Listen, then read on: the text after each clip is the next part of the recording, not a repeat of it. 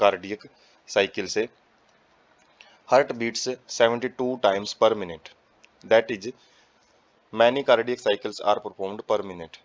तो जो हार्ट है वो 1 मिनट में 72 बार धड़कता है, और इसका मतलब ये है कि एक बीटिंग में एक साइकिल कंप्लीट हो जाता है, और 1 मिनट में बहुत सारे जो कार्डियक साइकिल है वो कंप्लीट हो जाते हैं। तो 72 कार्डियक साइकिल कंप्लीट हो जाते हैं। सो ड्यूरेशन ऑफ कार्डियक साइकिल, और यदि हम एक कार्डियक साइकिल के जो टाइम है वो पता करें, जैसे 1 मिनट में कितनी सेकंड होती हैं, 60 सेकंड, तो 60 सेकंड को यदि हम 72 से डिवाइड करते हैं तो एक बीट का टाइम आ जाता है, एक धड़कन का जो टाइम है वो 0.8 सेकंड है, और एक धड़कन का मतलब क्या है, एक कार्डियक साइकिल। तो ड्यूरेशन यदि पूछते हैं तो एक कार्डियक साइकिल की वो कितनी है, 0.8 सेकंड होती है। स्ट्रोक वॉल्यूम क्या होता है, each ventricles pump out approximately 70 millilitre of blood during a cardiac cycle. जो एक सिंगल कार्डियक साइकिल होता है उसमें जो वेंट्रिकल्स होती हैं वो अलग अलग ऑर्गन से जो ब्लड को कितना लेके आती हैं, 70 मिलीलीटर ब्लड है एक मतलब एक साइकिल के अंदर, मतलब 0.8 सेकंड में 70 मिलीलीटर ब्लड है वो हार्ट के अंदर लेके आया जाता है। तो उसी को स्ट्रोक वॉल्यूम बोलते हैं। कार्डियक आउटपुट क्या हो जाती है, volume of blood pumped out of each ventricle. तो जो टोटल वॉल्यूम है वो 1 मिनट में कितना पंप किया जा रहा है प्रत्येक वेंट्रिकल के द्वारा, वो इसमें आ जाता है।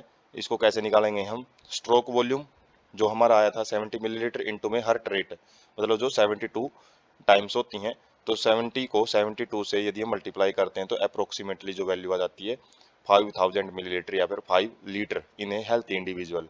इसका मतलब ये है कि जो हमारा शरीर में 5 मिलीलीटर ब्लड है वो पंप कर लिया जाता है 1 मिनट के अंदर, और नॉर्मली एक अडल्ट के अंदर 5 से 6 लीटर ही ब्लड होता है। तो 1 मिनट के अंदर ही पूरा जो ब्लड है सर्कुलेट होकर हार्ट में दोबारा आ जाता है, सारे ऑर्गन के अंदर चला जाता है वो, और जिसकी वजह से जो कोई भी ड्रग्स वगैरह जैसे इंट्रावेनस इंजेक्शन होते हैं तो वो 1 मिनट के अंदर ही अपना रिस्पॉन्स देना शुरू कर देते हैं। तो इसका कारण यही है कि 1 मिनट में ब्लड को जहाँ भी पहुंचना होता है पूरे शरीर में वो पहुंच जाता होता है। Body has ability to alter stroke volume as well as heart rate and cardiac output. तो बॉडी के पास कैपेसिटी होती है जिसके बेस पे वो स्ट्रोक वॉल्यूम है और जो कार्डियक आउटपुट है उसको वो कम ज्यादा कर सकती हैं। जैसे एग्जांपल है cardiac output of an athlete. Athlete क्या होते हैं, जो धावक होते हैं जो कि ज्यादा एक्सरसाइज करते हैं, will be much higher than a ordinary man. तो कार्डियक आउटपुट जो 70 मिलीलीटर से भी ज्यादा देखने को मिलती है एक एथलीट के अंदर एक नॉर्मल पर्सन से। To prominent sounds heard through a stethoscope. जब कार्डियक साइकिल एक जो बीट होती है, एक धड़कन होती है, वो दो साउंड प्रोड्यूस करती है, जो कि हम स्टेथोस्कोप एक इंस्ट्रूमेंट होता है जो कि कान के लगा के देखते हैं हम, और उसमें जो दो साउंड आती हैं, एक लब साउंड होती है, एक डब साउंड होती है। जो पहली साउंड होती है उसको लब साउंड बोलते हैं, associated with closure of tricuspid and bicuspid valve. जो ट्राइकप्सिड है वो राइट हैंड साइड में है एट्रिकल और वेंट्रिकल्स के बीच में, और जो लेफ्ट हैंड साइड में बाइकप्सिड वाल्व है। तो जब ये एक साथ बंद होते हैं ये, तो एक साथ बंद होने की वजह से एक साउंड आती है जो कि प्रोमिनेंट साउंड होती है, स्पष्ट आवाज सुनाई देती है, उसको लब साउंड बोलते हैं। जबकि डब साउंड क्या होती है, सेकंड हर्ट साउंड होती है, associated with closure of semilunar valve, जो कि अरोटा में और पल्मोनरी जो आर्टरीज होती हैं उनके अंदर प्रेजेंट होते हैं, जो कि बैकफ्लो ऑफ ब्लड को बचाते हैं। जैसे ही प्रेशर से ब्लड को वेंट्रिकल से पंप किया जाता है, किनके अंदर, आर्टरीज जो पल्मोनरी आर्टरी है और अरोटा है उसके अंदर, तो जैसे ही ब्लड एकदम से बैक आने की कोशिश करता है तो वो वाल्व बंद हो जाते हैं, और उन वाल्व के बंद होने से ही आवाज आती है। तो वो दूसरी आवाज है वो डब साउंड होती है। These sound are of clinical diagnostic significance. मतलब इन्हीं साउंड को यदि नॉर्मली हम सुनते हैं तो यदि नॉर्मल चल रहा है तो पर्सन हेल्थी है, यदि डिजीज्ड पर्सन है, बीमारी है उसको कुछ ना कुछ, तो इन साउंड में भी गड़बड़ी पाई जाती है। इसलिए जो स्टेथोस्कोप है डॉक्टर के पास होता है वो लब एंड डब साउंड को सुनने के लिए ही उनके जो ऑर्डर वे में वो चेक करते हैं कि 1 मिनट में 36 जो 72 टाइम्स जो बीटिंग हो रही है या नहीं हो रही है। तो कई बार वो आधे मिनट के अंदर भी काउंटिंग कर लेते हैं, तो उसमें चेक किया जाता है कि कोई पर्सन को डिजीज है या नहीं है, डायग्नोस्टिक सिग्निफिकेंस इसका होता है। उसके बाद स्टेप्स ऑफ कार्डियक साइकिल हम देखते हैं, एक कार्डियक साइकिल किस प्रकार से पूरा होता है। All the four chamber of heart are in relaxed state joint diastole. सबसे पहला जो स्टेप होता है जॉइंट डायस्टोल होता है। जिसके अंदर जो सारे चैम्बर हैं हार्ट के वो सारे रिलैक्स स्टेट में है, कोई कॉन्ट्रैक्शन नहीं हो रही है, कोई एक्शन पोटेंशियल यहाँ पे नहीं है। उसके बाद tricuspid and bicuspid valve are open while semilunar valve are closed. ये जॉइंट डायस्टोल वाली कंडीशन में जो ट्राइकप्सिड और बाइकप्सिड वाल्व है वो खुले हुए हैं, जिसकी वजह से जो ऊपर वाला पोर्शन है, जो अलग अलग जो एट्रियम है, एट्रियम से जो ब्लड है वो वेंट्रिकल के अंदर आराम आराम से आ रहा होता है। और यहाँ पे जो सेमिलुनार वाल्व हैं वो जरूर बंद होते हैं, क्योंकि वो कॉन्ट्रैक्शन के बाद अभी बंद हुए हैं, रिलैक्सेशन स्टेज में वो बंद रहते हैं। Blood from pulmonary veins and vena cava flows into left and right ventricle respectively through left and right atria. तो जो ब्लड है पल्मोनरी वेन से एंड वाना कावा से वो लेफ्ट एंड राइट वेंट्रिकल के अंदर रिस्पेक्टिवली आता रहता है। तो जैसे जो पल्मोनरी वेन्स है वो ऑक्सीजनेटेड ब्लड लेके आती हैं लेफ्ट एट्रियम में, और जो वेना कावा है वो राइट वेंट्रिकल्स में जो ब्लड है डीऑक्सीजनेटेड ब्लड उसको एम्प्टी करता रहता है।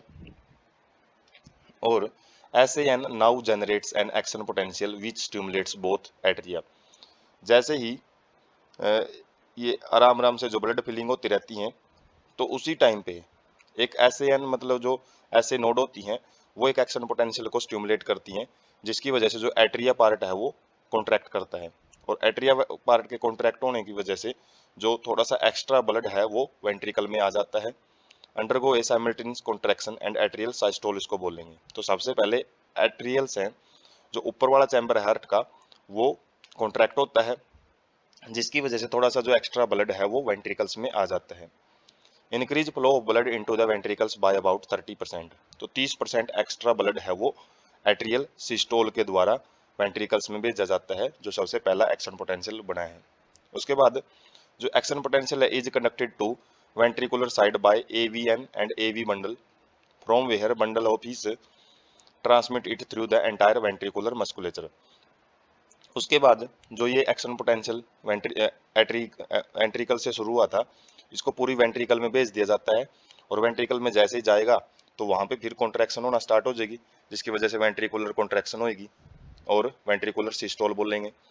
व्हाइल एट्रिया अंडरगो रिलैक्सेशन, और इस स्टेज में जो एट्रिया है वो रिलैक्सेशन स्टेज में चली जाती है और जो वाल्व हैं वो बंद हो जाते हैं, जो बाइकप्सिड और ट्राइकप्सिड वाल्व है, और एक आवाज़ वहाँ पे सुनाई देती है, लब आवाज़ आती है जो।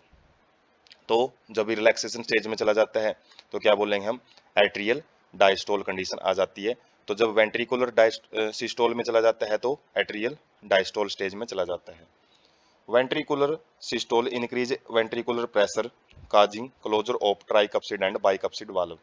तो इसी केस में जैसे ही वेंट्रिकल के अंदर ब्लड एक्स्ट्रा आ जाता है तो उसको बैक फ्लो को बचाने के लिए जो बाइकप्सिड और ट्राइकप्सिड वाल्व हैं ये बंद होते हैं।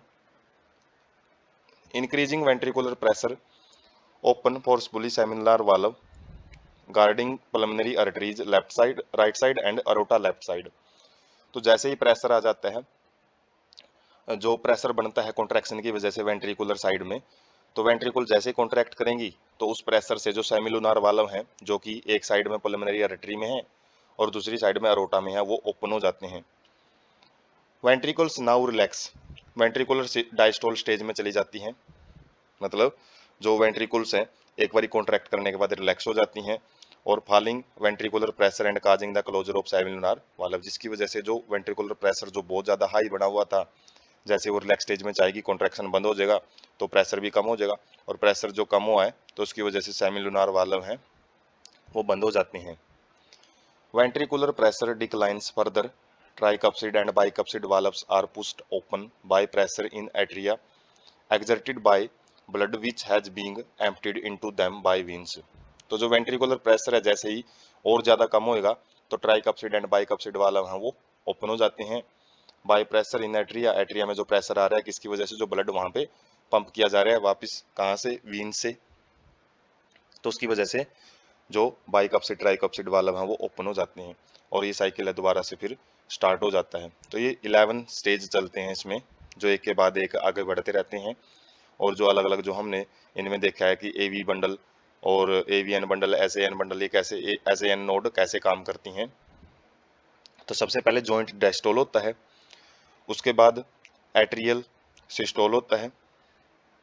उसके बाद वेंट्रिकुलर सिस्टोल, जैसे वेंट्रिकुलर सिस्टोल होएगा एंट्रिकल डायस्टोलिक स्टेज में चली जाती हैं, और उसके बाद फिर लास्ट में वेंट्रिकुल डायस्टोल में आ जाता है।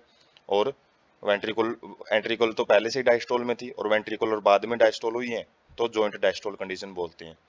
तो जैसे 0.8 सेकंड का कार्डिक साइकिल होता है, तो हार्ट है तो 0.4 सेकंड तो कॉन्ट्रैक्ट करता है और 0.4 सेकंड ही रिलैक्स करता है। इसलिए बोला जाता है हार्ट पूरी जिंदगी में जितनी देर काम करता है उतनी देर वो साथ साथ में रिलैक्स कर लेता है, उसको स्पेशल रिलैक्स करने की जरूरत नहीं होती। इसलिए एक जो 0.8 सेकंड का जो इंटरवल है उसी में 4 सेकंड वो 0.4 सेकंड रेस्ट करता है, 0.4 सेकंड वो कॉन्ट्रैक्शन करता है। Blood now once again move freely to ventricles.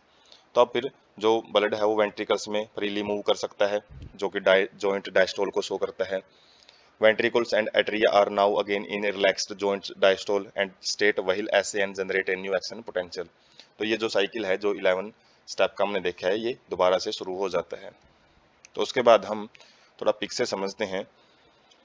जैसे कि यहाँ पे शुरुआत में कॉन्ट्रैक्शन ऊपर वाले पोर्शन में होते हैं, बाद में नीचे वाले पोर्शन में होती हैं।